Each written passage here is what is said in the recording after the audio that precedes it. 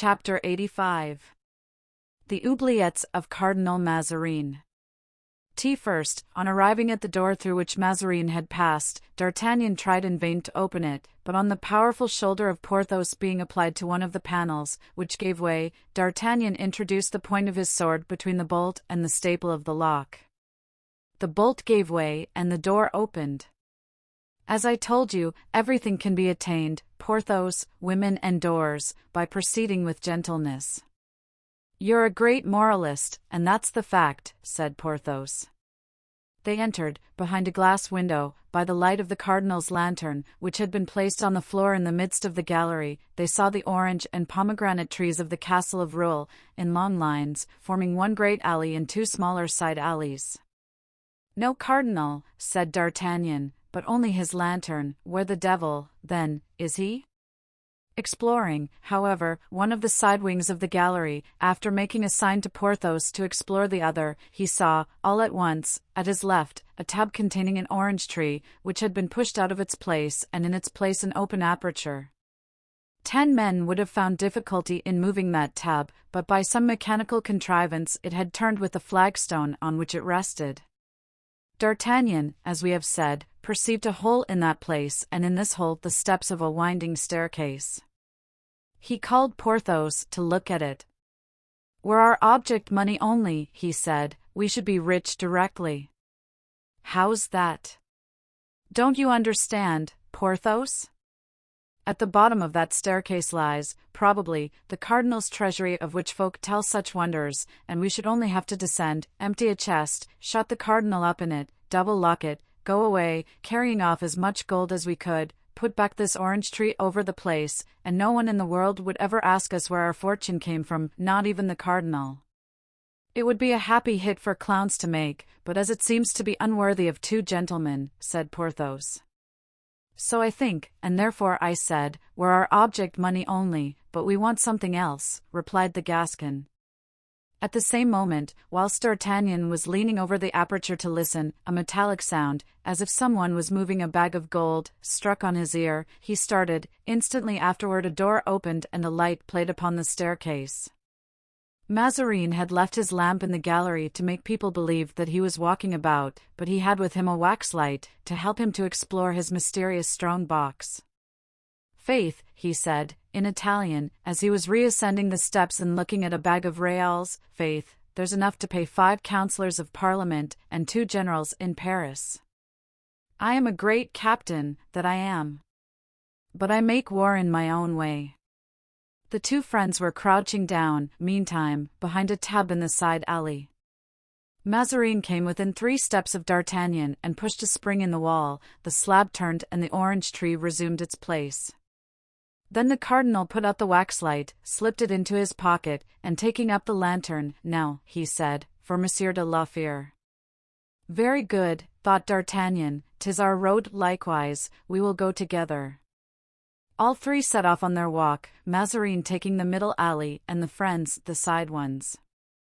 The cardinal reached a second door without perceiving he was being followed. The sand with which the alleys were covered deadened the sound of footsteps. He then turned to the left, down a corridor which had escaped the attention of the 2 friends, but as he opened the door he paused, as if in thought. Ah! Diavolo, he exclaimed, I forgot the recommendation of de Comminges, who advised me to take a guard and place it at this door, in order not to put myself at the mercy of that 4-headed combination of devils. And with a movement of impatience he turned to retrace his steps. Do not give yourself the trouble, my lord, said D'Artagnan, with his right foot forward, his beaver in his hand, a smile on his face. We have followed your eminence step by step, and here we are. Yes, here we are, said Porthos. And he made the same friendly salute as D'Artagnan. Mazarin gazed at each of them with an affrighted stare, recognized them, and let drop his lantern, uttering a cry of terror. D'Artagnan picked it up. By good luck it had not been extinguished. Oh, what imprudence, my lord, said D'Artagnan, 'tis not good to be about just here without a light. Your eminence might knock against something, or fall into a hole. Monsieur d'Artagnan, muttered Mazarin, unable to recover from his astonishment. Yes, my lord, it is I. I have the honor to present to you Monsieur du Vallon, that excellent friend of mine, in whom your eminence had the kindness to interest yourself formerly. And D'Artagnan held the lamp before the merry face of Porthos, who now began to comprehend the affair and be very proud of the whole undertaking. You are going to visit Monsieur de la Fère? Said D'Artagnan. Don't let us disarrange your eminence. Be so good as to show us the way, and we will follow you. Mazarin was by degrees recovering his senses. Have you been long in the orangery? He asked in a trembling voice, remembering the visits he had been paying to his treasury. Porthos opened his mouth to reply. D'Artagnan made him a sign, and his mouth, remaining silent, gradually closed. This moment come, my lord, said D'Artagnan. Mazarin breathed again. His fears were now no longer for his hoard, but for himself. A sort of smile played on his lips. Come, he said, you have me in a snare, gentlemen. I confess myself conquered. You wish to ask for liberty, and I give it you. Oh, my lord, answered D'Artagnan, you are too good. As to our liberty, we have that. We want to ask something else of you. You have your liberty? Repeated Mazarin, in terror. Certainly, and on the other hand, my lord, you have lost it, and now, in accordance with the law of war, sir, you must buy it back again. Mazarin felt a shiver run through him, a chill even to his heart's core. His piercing look was fixed in vain on the satirical face of the Gascon and the unchanging countenance of Porthos. Both were in shadow, and the Sibyl of Cumas herself could not have read them. To purchase back my liberty? Said the cardinal.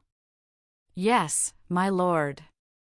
And how much will that cost me, Monsieur d'Artagnan? Zounds, my lord, I don't know yet. We must ask the Comte de la Fère the question. Will your eminence deign to open the door which leads to the Count's room, and in 10 minutes all will be settled? Mazarin started.